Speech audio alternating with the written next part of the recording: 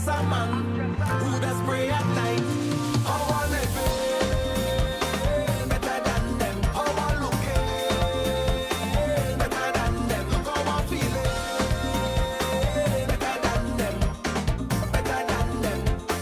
No problem. See if you see me jumping up to the ceiling with my hand them high. All on what I'm feeling. And it is always good to have those who are a little less fortunate in mind, and we are going to be talking about Give 5. Belly Christmas. All right, so we actually speaking with the person behind, or the driving force, one of the driving forces behind Is There Not a Cause? ITNAC, Avenel Hector. Thank you very much for making the time. How you do, ma'am? Season's greetings. Well, I ain't so good. A friend was murdered last night, but I'm good. But we here because you've got to look beyond, and you know, people are hungry now, and that's the reality that we had to face. And we just have to rise into the challenge and keep going, because it is what it is. And in terms of one, condolences, and two, that speaks to the drive and the passion behind what it is you do. Because I know some people, they say, okay, well, they prefer to put their tiny to do plenty in the hands of ITNAC because they find more of it gets there. And can you expand on that for me, please? Well, it's a commitment that we have. So right now, our team members, we are grieving because it's a brother of one of our team members, and, you know, we spend the night dealing with that. But we feel very committed to what we do. It's not a job, it's a calling, it's who we are. So Christmas Day, we were out, and we're going to continue to be out, whether it's a disaster, whether it's dealing with somebody who has eaten for some days, whether it's somebody who's dealing with some type of trauma. That's why we're called Is There Not a Cause? We're not specific to one type of, let's just say, a housing dilemma or just disaster response. So this is what we've been doing for the last 22 years. May we celebrate 23, and by the grace of God and our partners, we keep going. And they say, is there not a cause? But how do you decide what cause you're going to tackle at what point in time? Okay. Because you can't do everything with No, we can't do everything. I wish I could, but in reality, you can't. So you do as much as you can. There's a mindset where people say, boy, you're always trying to save the world. They can't help everybody, and their postures don't help anybody. So it would be, what is the need that is presented to us? What do we have the resources to deal with directly or indirectly? So let's just say, everybody don't call me for glasses. Just let's say somebody needed glasses. We don't have an optical lab, but we have partners with Afro Optical or Vision Optical, so that we would direct. So we either deal with it directly, provide food, clothes. We have transitional houses where we house persons. All the different agencies, they do call us, and no, we're not government funded. People seem to think that. We all work from the bottom with grassroots. So like today, we'll be selling stuff to raise funds. So we try to see when the need is presented to us, how we can meet the need either in its entirety. Let's just say somebody is building a house. So 2006, we had a true partnership with Ferraptica. We did a couple houses, about more than 6 in Palo Seco and stuff. But right now, in 2024, we don't have the capacity to build a house for somebody. But we will say, maybe send us your material listed. Maybe we can do doors. Maybe we can do windows. Maybe somebody just changed their windows, like happened recently. And we got all of, nothing's wrong with the windows, they just changing it, and somebody in Maruka is building. So urgency of needs, our capacity to respond either directly or indirectly, in part or in whole. You can't tell me that we're selling today and not tell me what it is you're selling and where it is well, it's only as night. A lot of people want to go out looking good, they have a whole set of money. We are on the Western Main Road, upstairs floor, so you can drop off groceries for this belly drive there in St. James. We sell clothes, like really, really good clothes that persons give us. We give away some. We would have shipped to Beryl, all the different islands. We give other NGOs as far as Cedros, all over Trinidad and Tobago. But we put aside some that we sell, so that also helps us to buy groceries, pay our rent, and run different projects. It's one of the ways that we fund. It's called Get It Thrift Shop. We're on Facebook, and of course, you can call me 394-2042. And we hope we make some money to buy some more. We gave out 250 plus hampers. We want to thank PowerGen for giving, and Digicel for giving us a sizable amount of that. But the rest we would have raised funds for, and as needs come in, we purchase. And then some people have certain types of specific needs, like they might need boosts or they might need Ensure. A person would really donate that. So those things we will have to buy. So when we raise funds, we use it for those specific needs, or somebody might be out of medicine. We just try to do whatever we can with the resources that we have. So that's why we sell thrift, because, you know, like you have the Bible speaks about doing with, making use of what comes into your hand, and we get a lot of clothes.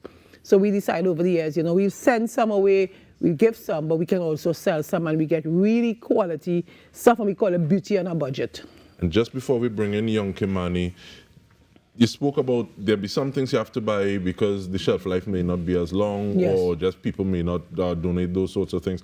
How do people donate in terms of saying, okay, well, I'm not sure if ITNAC may need this. How do I find out? Okay, so once it's not a gel blaster, gun, gotta say that. Once it's not drugs that are not, well, illegal drugs, body parts, you don't take that. But I mean, once it's in really good condition, because a lot of times people have really good stuff that they just have it there. Or some people say, like somebody gave us a whole, it's not a whole half, but like about 3/4 of a large lasagna on Boxing Day. They were just gonna throw it away because nobody, they already had it Christmas. And people say, but I fell up eating that same food. We were able to package that lasagna because that's what we do Christmas on something called the regift. And we packaged it and we made meals. So we gave out baked hams. Christmas Day we got.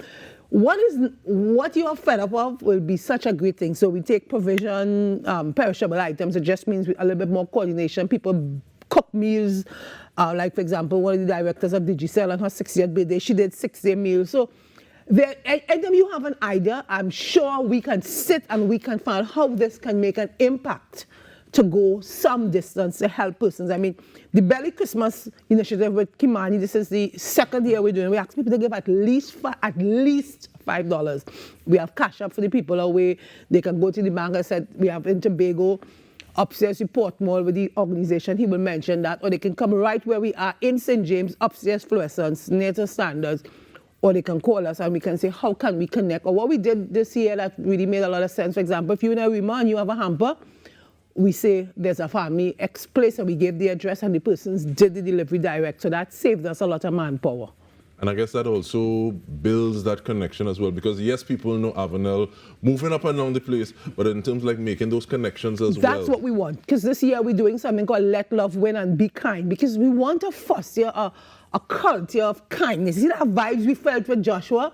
We need to perpetuate that and let that be the greater narrative in our society, and let people know, listen, I might have a small bag of groceries. It might seem insignificant, but you see that single mom that ain't have food for the last 2-3 days? When you shop and then people feel that sense, those happy hormones, serotonin and whatever else they call that, they are released. So it's a whole cycle of being kind, of doing good, you know, and we are happy to be that vehicle where, so like if, for example, if you saw a disaster, you feel, oh my God, how can I help? I have 2 cans of beans in your mind. You can't send 2 cans of beans to St. Vincent just so. But we can be that vehicle. You give it to us, and we try to get it to those with the greatest need, with a level of integrity and transparency. And you spoke about Joshua being a vehicle for vibes. You want to bring in another vehicle for vibes, Yes. also branded. Yes. Young Kymani. Yes. Morning, sir. How you do? I'm good morning. Very glad to hear. So this is the second year you're doing something like this? Yes, this is actually the second year. All right. So tell me a little bit about Belly Christmas now. Well, Belly Christmas is a song I made almost before Christmas. So I was home with my parents and I was writing the song.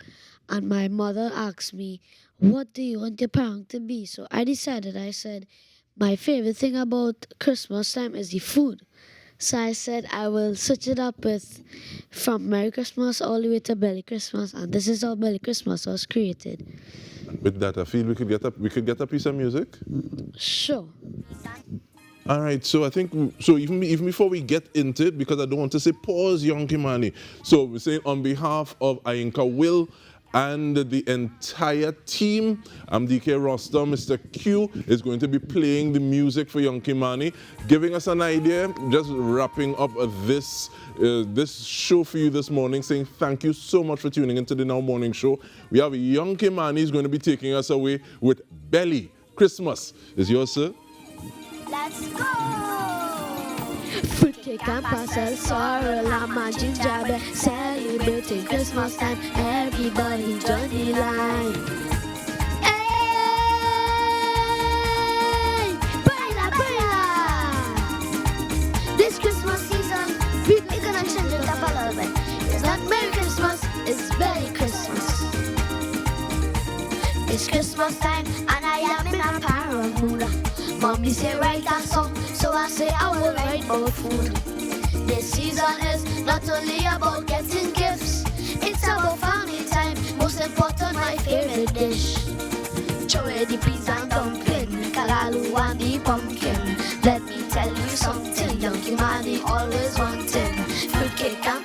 sorrel and my gingerbread, celebrating Christmas and everybody joining like a Merry Christmas, have a Merry Christmas, a Merry Christmas, a full in my Merry Christmas, a Merry Christmas, have a Merry Christmas, a Merry Christmas, a full in my Merry Christmas. I don't know how some people are diet. If I don't get my Christmas food, I cause it a riot. I must get my hot cocoa and my freshly baked oven bread. I don't know about you, but I'd rather be unhealthy instead. Throw away the peas and dumpling, the callaloo and the pumpkin. Let me tell you something, young Kymani always wanted. Fruitcake and pastel, sorrel and my gingerbread, celebrating Christmas and everybody joining like a Merry Christmas, have a Merry Christmas, a Merry Christmas, a full in a Merry Christmas, a Merry Christmas, have a Merry Christmas, a Merry Christmas, a full in my Merry Christmas. Hey, mommy, can I have some food, please? Hola, mamá. ¿Puedo conseguir algo de comida? Knife and fork and a waiting, bottle and spoon and a beating. Mommy in the kitchen cooking, young Kymani not choking. Daddy in the bedroom sleeping, and ham and the turkey baking. Granny grinding the seasoning, 3-6 play by the evening. Fruitcake and pastel, sorrel and my gingerbread, celebrating Christmas time. Everybody joining like a Merry Christmas, have a Merry Christmas, a Merry Christmas, I'm feeling a Merry Christmas, a Merry Christmas, have a Merry Christmas, a Merry Christmas, I'm feeling a Merry Christmas, a Merry Christmas.